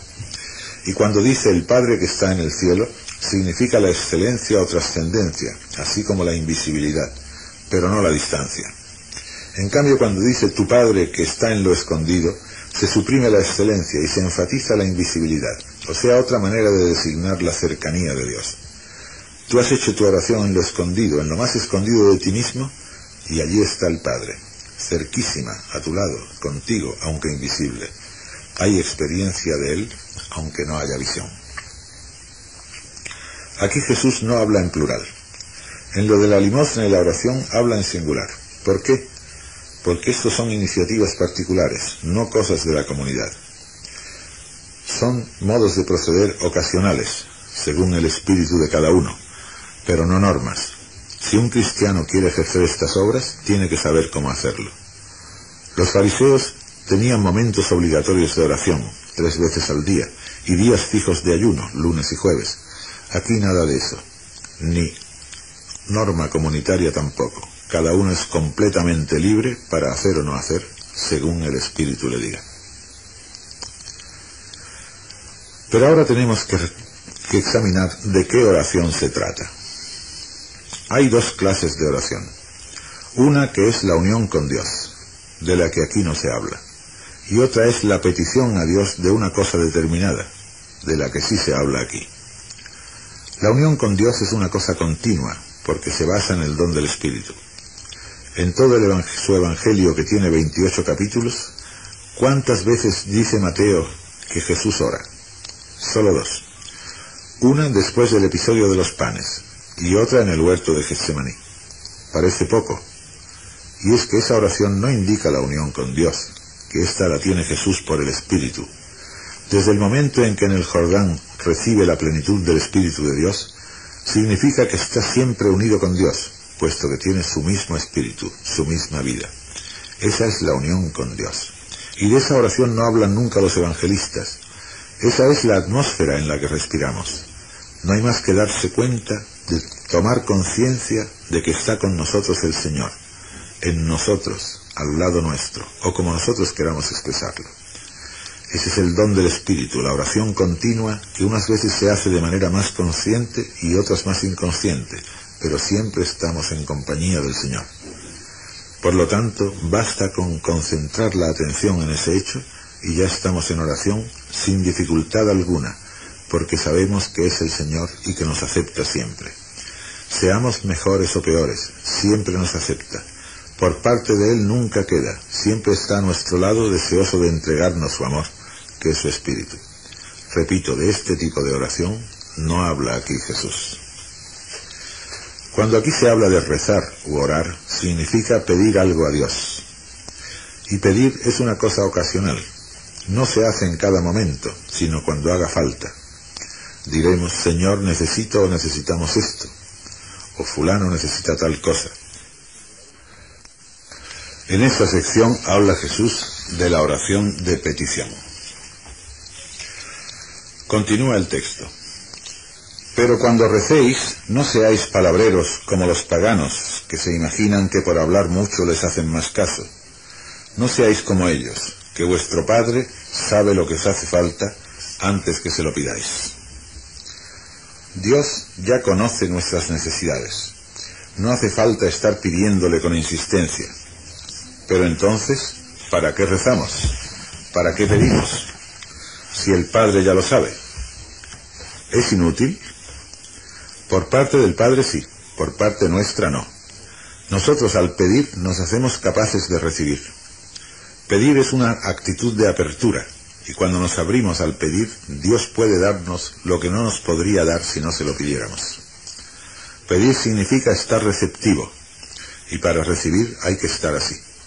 Por tanto, esta oración de petición no es para mover a Dios, ya que su amor está siempre deseando darnos.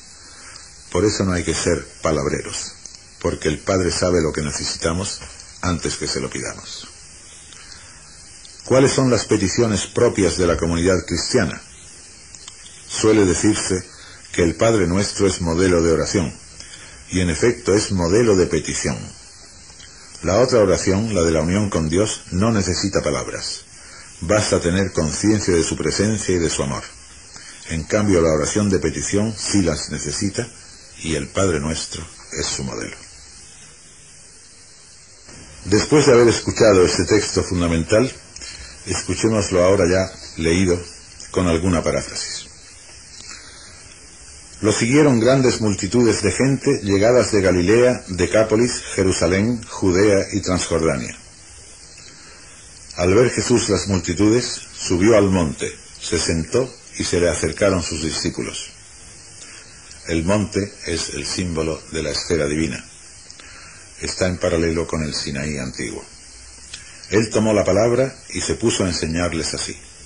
Sube al monte como Moisés, un hombre, habla desde el monte como Dios. Dichosos los que eligen ser pobres, los pobres por decisión propia, porque esos tienen a Dios por Rey. Dichosos los que sufren, los oprimidos, porque esos van a recibir el consuelo. Dichosos los sometidos, los que no tienen independencia ni libertad, porque esos van a heredar la tierra.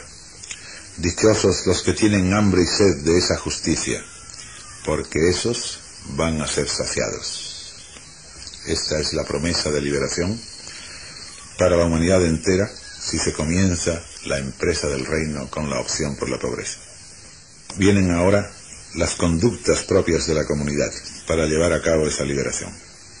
Dichosos los que prestan ayuda, porque esos van a recibir ayuda. Dichosos los limpios de corazón, los sinceros, porque esos van a ver a Dios. Dichosos los que trabajan por la paz, por la felicidad del hombre, porque a esos los va a llamar Dios hijos suyos. y termina con la última bienaventuranza, que indica la oposición de la sociedad a los que han adoptado el programa de Jesús. Dichosos los que viven perseguidos por su fidelidad, porque esos tienen a Dios por rey. Es decir, ellos están bajo el gobierno de Dios. El amor de Dios, que es su Padre y su Rey, les va a dar una felicidad incluso en medio de la persecución.